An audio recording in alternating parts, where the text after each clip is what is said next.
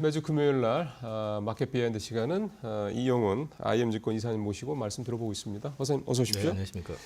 오늘 뉴욕 시장은 그냥 이렇게 좀 등락 계속하다가 막판에는 그래도 나스닥 좀 오르고 이렇게 하겠는데 어쨌든 혼조세로 좀 마감이 됐는데 오늘 특별히 좀 뉴욕 시장 관련해서 눈에 띄시는 부분이 있으셨어요? 오늘 엔비디아 주가가 좀 견조했었죠. 그거는 네. 이제 일단 그 JP 모건에서 탑픽으로 또 엔비디아를 또 지정한 것도 있고 딥시크 관련돼 가지고 이제 여기저기서 지금 차단 얘기들 나오고 하니까 이제 다시 맞습니다. 엔비디아에 대해서 이제 또 관심을 갖는 그런 모습이 있었고 그 다음에 이제 AI 소프트웨어 관련해 가지고 또 팔란티어가 또 신고가 갱신하는 그런 모습이 나왔기 때문에 시장은 확실히 여전히 AI 쪽을 중심으로 해서 움직이고 있다. 근데 이제 전반적인 그림 자체는 이제 소프트웨어 쪽의 어떤 힘이라고 할까 이런 것들이 시장을 조금 더 리드하고 있는 거 아니냐는 생각을 좀 개인적으로 해봤고요. 무게 중심은 네네. 소프트웨어 쪽으로. 그쪽으로 보이는 것 같고요. 그 다음에 이제 말씀을 굳이 드린다고 그러면은 그 최근에 이제 베센트 장관이 그 금리 인하보다도 지금 미국 국채 10년물 금리에 더 집중을 하겠다. 그러니까 이제 거기에 대해서 일부 좀 공격을 하려고 하는 쪽을 경계하면서 이제 올라가는 거에 대해서 굉장히 주의 깊게 지켜보겠다는 얘기를 했다는 것 자체가 미국채 10년물의 어떤 금리 흐름 자체를 갖다 일단 잡아주고 있는 상황이다 보니까. 그러니까 올라가는 거로. 네네. 그러니까 그렇게 이제 거꾸로 보면은 중소형주들이 이제 다시 고개를 좀 들면서 최근에 보면 러셀 2000 주가들이 괜찮은 그 개별 종목장이 지금 현재 좀 진행이 되는 것 같고 빅테크는 실적과 향후 그 포워드 가이던스에 대해서 이제 거기에 따라서 좀 등락을 거듭하고 있다는 부분들. 예. 이거는 이제 그 회사가 좋아지고 계속해서 그쪽에 성장하는 건 맞지만 여전히 그동안 좀 많이 올랐었던 거에 대한 부담이 바로 이제 포워드 가이던스를 통해 가지고 네. 조금만 시장의 기대에 미스하면 바로 그냥 급락해버리고 뭐 이런 모습들이 계속 반복이 되고 있기 때문에 그런 부분에서 최소한 이 빅테크 같은 경우는 주가가 뭐 급락을 한다 이런 건 아니더라도 최소한 기간 조정이라도 좀 필요한 거 아니냐. 네. 그런 걸 갖다가 이제 주가 실적 발표를 통해 가지고 시장에서 좀 보여주고 있는 거 아닌가 싶습니다. 네. 사실은 전체가 다 빠지면은 지수가 이제 바로 빠지니까 눈에 확 띄는데 돌아가면서 기간 조정을 종목별로 조금씩 받는다 그러면 사실 그게 전체적으로 크게 또 표는 안 나는 거잖아요. 네네. 이게 그렇게 되면 정말 참 미국 시장이 표현이 좀 그렇게 나오면 되게 얕게 되게 노련하게 가고 있다라는 생각마저 참 드네요. 누가 마치 일부러 핸들링하는 느낌이 좀 들 정도로. 저도 참 그 표현이 딱 적절하다는 생각이 좀 듭니다. 우리 시장 말씀을 좀 들어보면 3일 연속 상승하고 우리도 반도체 좀 나쁘지 않은 것 같고 어제는 또 그 AI 관련주들도 좀 좋았고 등등등. 우리 시장도 딱히 분위기는 어제 삼성전자도 좀 오르고 그래서요. 전체적으로 우리 시장도 좀 괜찮아지는 게 아니냐라는 기대감이 좀 생기는데 어떻게 보고 계세요? 여전히 계속 말씀드리는 거는 올해 수급 자체라든지 아니면은 그 우리나라 어떤 주가의 밸류에이션 작년에 워낙에 많이 빠졌던 거에 대한 반작용. 네. 그리고 작년 12월에 폐지됐던 금투세에 대한 부분들이 그래도 시장의 하방의 리스크를 좀 제어해주고 있는 거고. 네. 그렇기 때문에 조그마한 호재에도 급하게 반응을 하는 종목들이 많이 나온다. 그래서 여전히 전반적으로 증시 자체는 급등을 하기에는 증시 체력이 그렇죠. 만만치는 않은데 네. 그 안에서 계속해가지고 순환매 형식으로 해가지고 종목 장세는 지속이 될 가능성이 높아 보입니다. 이게 앞서 미국 시장도 좀 말씀을 하셨지만 우리 시장도 그렇고 이게 뭔가 꾸물꾸물하면서 이제 올라가는 거냐 아니면 꾸물꾸물하다가 한번 뭔가 조정을 한번 받을 때 좀 훅 갈 수도 있는 거냐 이런 부분들에 대한 이제 약간의 불안심이들 좀 있는 게 아닌가 생각도 좀 들고요. 오늘 뉴욕 시장 좀 그런 느낌이 좀 일부 있었는데 이게 아직 방향성에 대한 명확한 어떤 게 보이세요? 어떠세요 요즘에? 전체적으로 보시면서. 저는 일단 국내 증시 말씀을 드리면은 계속 말씀을 드리고 있는 게 물론 우리도 그 외부 변수에 자유로울 수 없기 때문에 네. 어떤 변수에서 충격을 받으면 또 하락을 할 수 있지만 그렇죠. 하락폭 자체는 미국 시장보다는 제한될 가능성이 높다라는 게 개인적인 생각이고요. 예. 같이 떨어지더라도. 네네. 네. 오히려 이제 우리는 빠지면은 그게 기회가 될 수 있다라는 생각을 하고 있고 최근에 보시면 그 유럽장이 괜찮습니다. 네. 특히 독일 증시 같은 경우는 최근에 와서는 이제 연중 최고치 또 경신하고 움직이는 그런 흐름이 나오고 있거든요. 걔네들 거시 지표는 되게 안 좋던데 안 장은 좋거든요. 잘 가더라고요. 그게 이제 작년까지 미국 일변도로 집중됐던 것들이 자금이 일부 좀 분산이 되는 느낌을 좀 보고 있거든요. 그게 이제 우리나라 같은 경우도 마찬가지로 그 부분에 대해서 어느 정도는 영향을 좀 받을 수 있지 않을까. 그게 이제 저는 미장이 좋고 글로벌 넘버원이 다 그쪽에 있기는 하지만 지나친 쏠림에 대한 이제 후유증을 우려하는 것도 좀 일부 있는 것 같고, 일부에서는 거기에 따라 가지고 상대적으로 많이 빠져 있는, 지금 유로존 같은 경우는 지금 올라가는 종목들을 보면 뭐 첨단 산업 이런 쪽보다는 전통주 쪽에서 많이 올라오고 있거든요. 그럼 그 회사들이 과거에 좀 많이 떨어졌던 많이 빠져 있고, 사실 우리나라 시장에서도 보면 전통주들은 완전히 버려져 있는 것들이 많잖아요, 여전히. 그 가운데서 이제 펀더멘탈 대비해서 지나치게 많이 빠진 것들 위주로 해가지고 많이 올라오고 있는 그림이기 때문에 예. 그게 우리나라에도 어느 정도는 좀 반영을 해줄 수 있지 않을까 하는 생각을 하고 있습니다. 그 말씀은 결국 이제 소위 말하는 외국인 수급이 좀 개선될 여지가 있다는 말씀인데, 지금 상황에서 외국인 수급이 지금은 사실은 계속 왔다 갔다 하더라고요. 뭐 두르다 말다 그러는데, 그러면 우리 시장에서 외국인 수급이 꾸준히 뭐 일주일에 뭐 한 5일 기준으로 했을 때 한 3, 4일 정도 이렇게 두를 정도로 꾸준히 좋아지려면은 어떤 좀 전제가 좀 필요할까요? 여전히 환율이죠.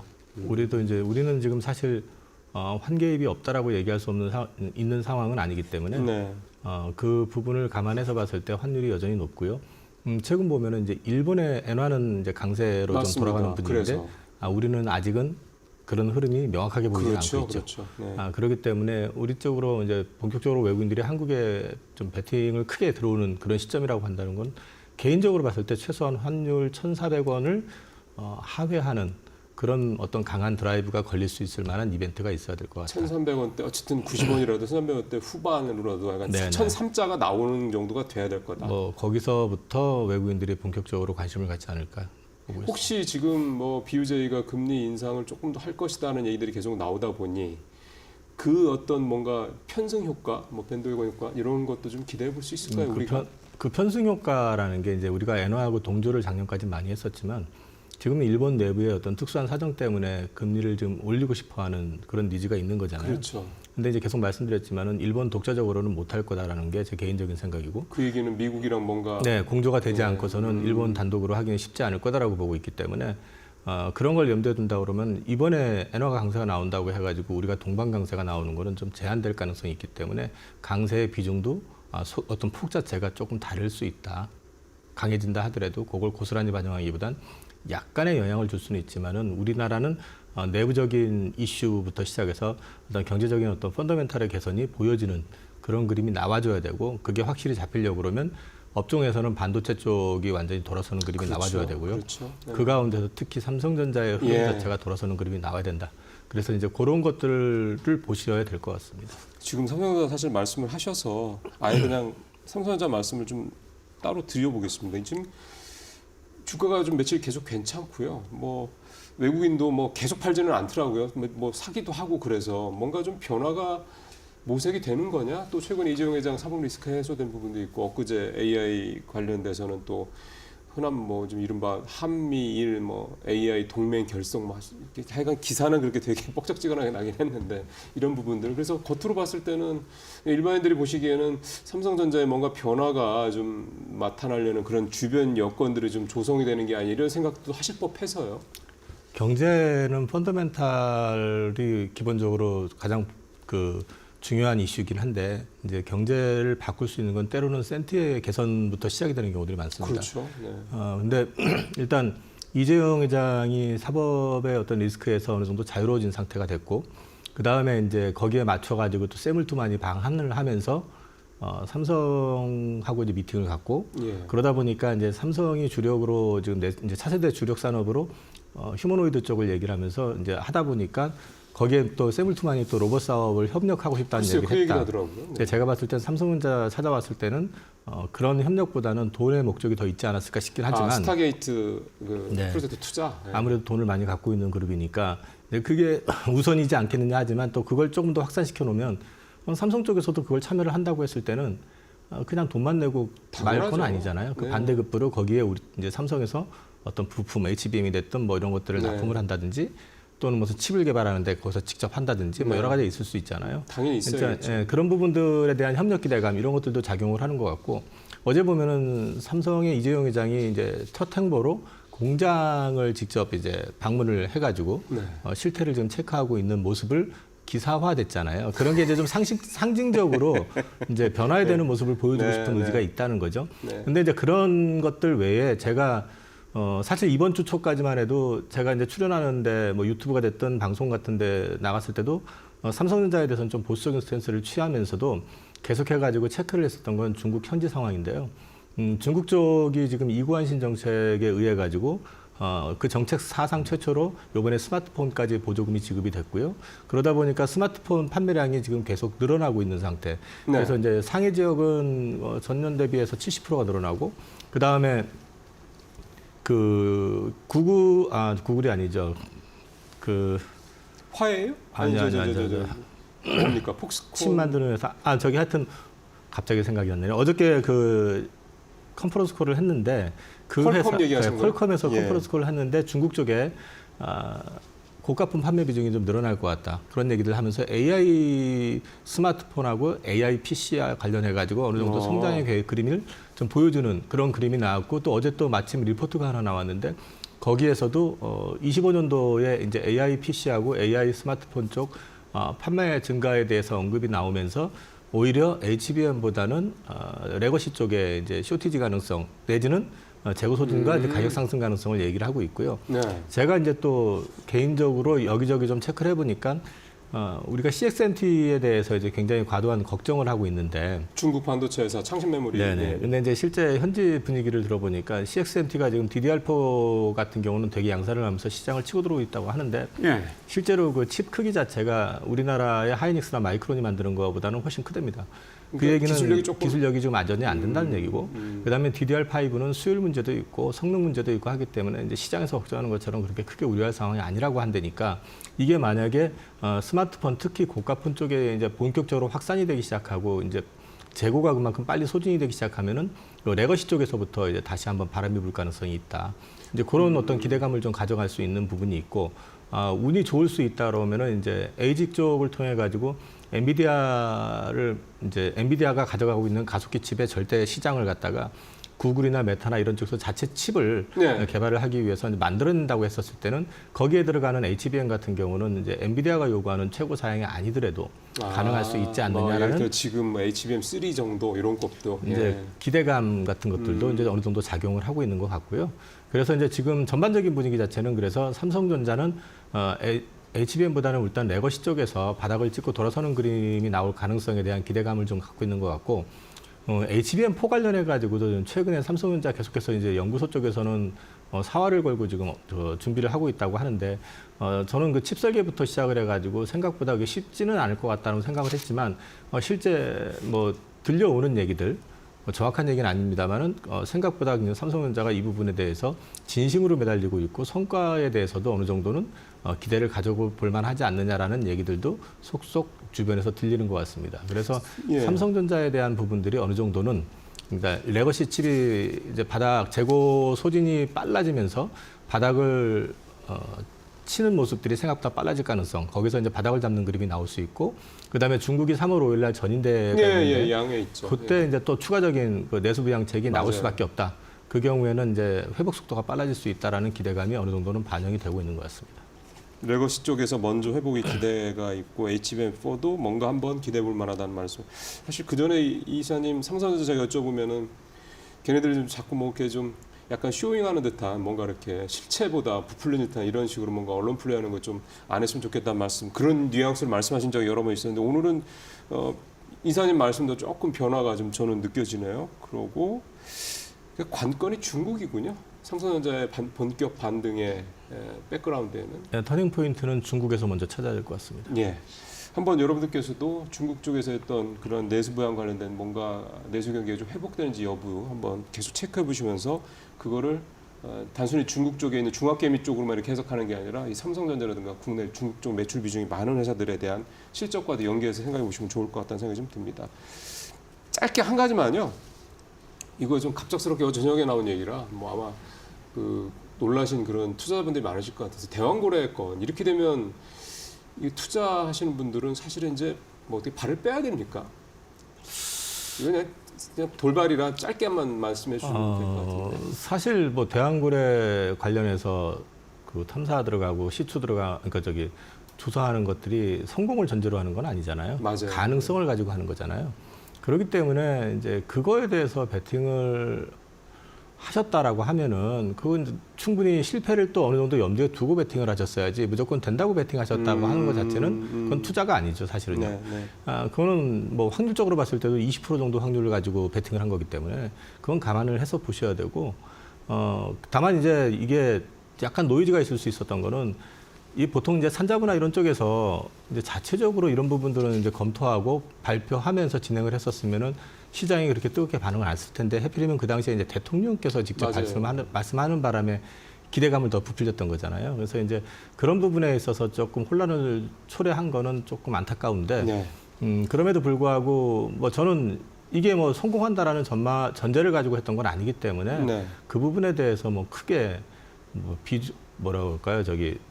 비중을 둬가면서 뭐 고민하거나 그랬을 필요는 없고 앞으로도 또 우리나라가 주변에서 이런 것들이 나온다고 그러면은 가능성이 있다고는 해야죠, 이거는요. 네, 네, 예. 네. 알겠습니다. 여러분께서 좀 아마 많이 놀라셨을 텐데 좀 참고하시길 바라겠습니다. 어제 장 얘기로 다시 좀 돌아와서 보면 로봇주는 이렇게 계속 갈 수 있을까 싶을 정도로 막 특히 올 들어서 엄청나게 주가가 올라가는데 이게 물론 앞서 말씀하신 대로 이제 샘 올트먼 얘기도 좀 있고 뭐 대기업들 그다음에 미국의 빅테크들 다 한다고는 하는데 우리가 과연 이렇게까지 주가가 올랄 만한 그런 부분들이 있는지 작년에 사실 이 부분에 잠깐 한번 언급해 주셨던 기억이 있긴 한데 이게 이쯤 되면 좀 과열로 봐야 되는 거 아닙니까? 저는 과열권에 들어섰다고 생각을 합니다. 그 우스갯소리로 팔란티어가 PER이 지금 보면은 포드 기준으로 했을 때 한 300배, 330배 이렇게 나온다고 얘기를 하는데 네. 여기는 PER이 없습니다, 지금. 뭐 사실 실체도 없고 그렇죠, 아직까지 그렇죠. 실체가 없다라는 건 아직 이제 매출이 없다는 얘기인 거지. 그렇죠. 부품주 쪽은 당연히 매출이 있는 쪽도 있긴 하지만요. 근데 이제 분명한 거는 이쪽 산업 자체가 확실히 길이 이제 열린 상태고 그다음에 내년부터는 본격적으로 글로벌 업체들 중심으로 해가지고 매출이 크게 나올 것이다라는 거. 그리고 이제 올해 작년까지의 패턴하고 다른 거는 올해 본격적으로 삼성이 참전을 선언했고 그렇죠. 그 외에 국내 대기업들이 지금 여러 회사들 뭐 한화, 두산, LG 뭐 이런 회사들 다 참전을 선언한 상태이기 때문에 아마도 성과는 나오게 될 거 아니냐. 이제 그런 기대감을 우리가 가져갈 수 있을 것 같거든요. 다만 이제 단기적으로 급등했었던 부분들 여기서 이제 조정은 좀 받아야 될 필요가 있을 거라고 생각하고 그다음에 이게 이제 갈 때는 다 같이 가지만은 거기서 옥석은 가려질 것이다. 그러면 네. 예, 그런 맥락에서 저는 이제 대기업하고 좀 연관이 되어 있는 회사들 중심으로 조정을 받을 때 실제 그 회사가 가지고 있는 그 포텐셜이 뭔지 근데 예를 들어서 그 회사가 집중하고 있는 사업의 어떤 부품 사업이다 했을 때는 그 부품의 어떤 전체 규모라든지 이런 것들을 판단을 하셔가지고 이게 지금 시가총액이 적정한지 여부를 판단해 보시고 네. 추가적으로 매수하실 건지 아니면 이건 좀 아니다 싶으면은 정리하실 건지를 판단은 좀 하셔야 될 것 같습니다. 예. 로봇주는 이제 좀씩 좀 신중하게 접근할 때가 됐다라는 좀 말씀이 좀 되겠고요. 그다음에 하나만 더 좀 짧게 여쭤보고 싶은 게 2차 전지 같은 경우도 여전히 좀 아직은 좀 저도 앞에 뉴스 브리핑에서 얘기를 잠깐 했습니다만 아직도 좀 2차 전지도 좀 신중하게 좀 봐야 될 때다 이렇게 좀 봐야 되겠습니까? 내용은 아직까지는 좋은 내용은 별로 없어서요. 일단 유럽 쪽 1월달 전기차 판매량은 각국마다 보면은 프랑스를 제외하고는 다 굉장히 크게 올라왔습니다. 전기차가 유럽에서. 네, 이제 그 유럽의 이제 그 배기가스 규제 관련된 이슈 때문에 그렇고, 예. 그다음 오늘 나온 기사를 보면은 이제 기업용 차량이나 이런 거는 전기차를 갖다 의무 구매 하게끔 하는 이제 법안도 이제 곧 나오는 분위기인 것 같더라고요. 예. 그런 것들이 이제 전기차 확산에는 분명히 플러스 요인이 될 수 있을 것 같고, 근데 이제 미국 쪽에서도 이제 아마 1월달 판매량은 늘어난 걸로 나오는데 이제 변수는 여전히 트럼프가 앞으로 어떤 정책적인 변경을 할 것이냐, 스탠스를 가져갈 것이냐가 그렇죠. 이제 변수죠. 네. 이제 그것이 아직은 발목을 잡고 있다고 보셔야 되고, 그 부분이 시장이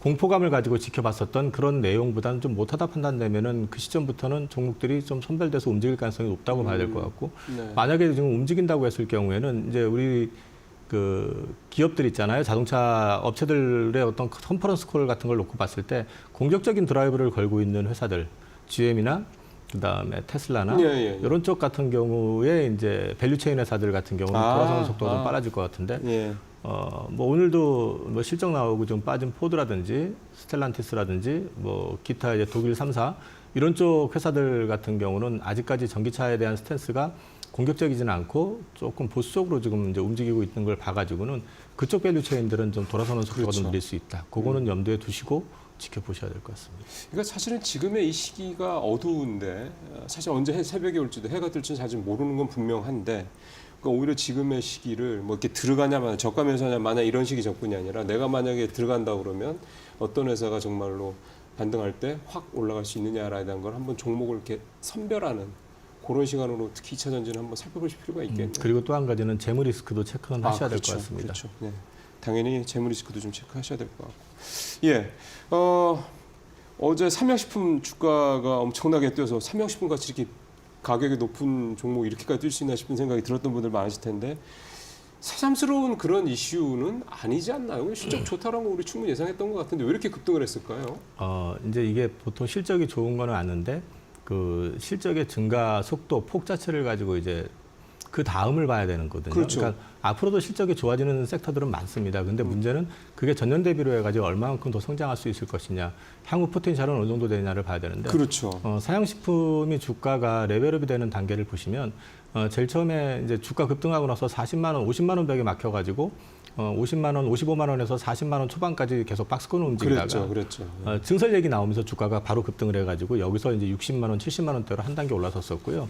거기에 따른 기대감을 갖고 있었던 터에서 이번에 실적이 예상보다 많이 나오고 하다 보니까 이제 어닝 서프라이즈, 그다음에 향후 실적 전망에 대해서 더 기대감을 갖게 되고 이제 불닭볶음면이라고 하는 것 자체가 이제 끝나는 게 아니라 더 확장될 가능성이 높다라는 기대감이 구글 트렌드나 이런 쪽에서도 또 나오게 되다 보니까 주가가 한 방에 반영이 또 이제 어저께 실적 발표를 계기로 해서 크게 나온 것 같습니다.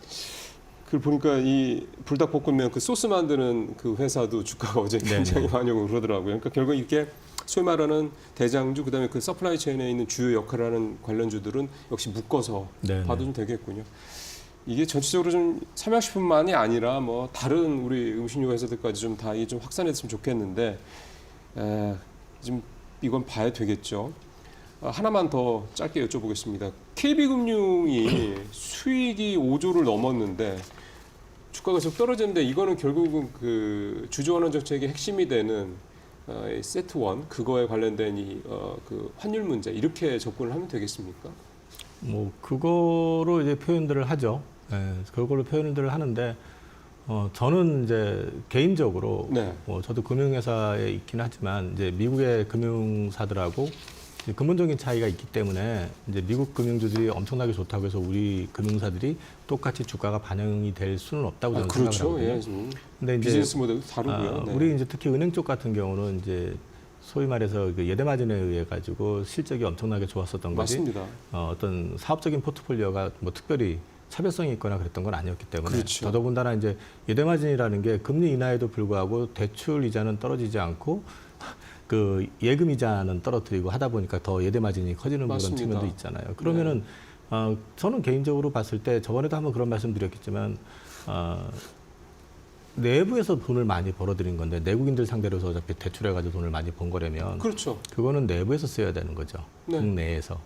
근데 이제 그게 배당으로 저는 나가는 것 자체도 사실은 좀 일정 부분은 우리나라 주요 금융주주 외국인 지분율이 대부분이 굉장히 70%, 높죠. 70%가 넘는데 맞습니다. 대부분 다 밖으로 내부에서 나간다는 돈을 얘기죠. 벌어가지고 밖으로 네. 나간다라는 것도 조금은 문제가 있지 않나. 개인적으로는 그렇게 생각해서 저는 개인적으로는 계속 말씀드리지만 금융주에 대해서는 지금 그렇게 우호적으로 보고 있지는 않습니다.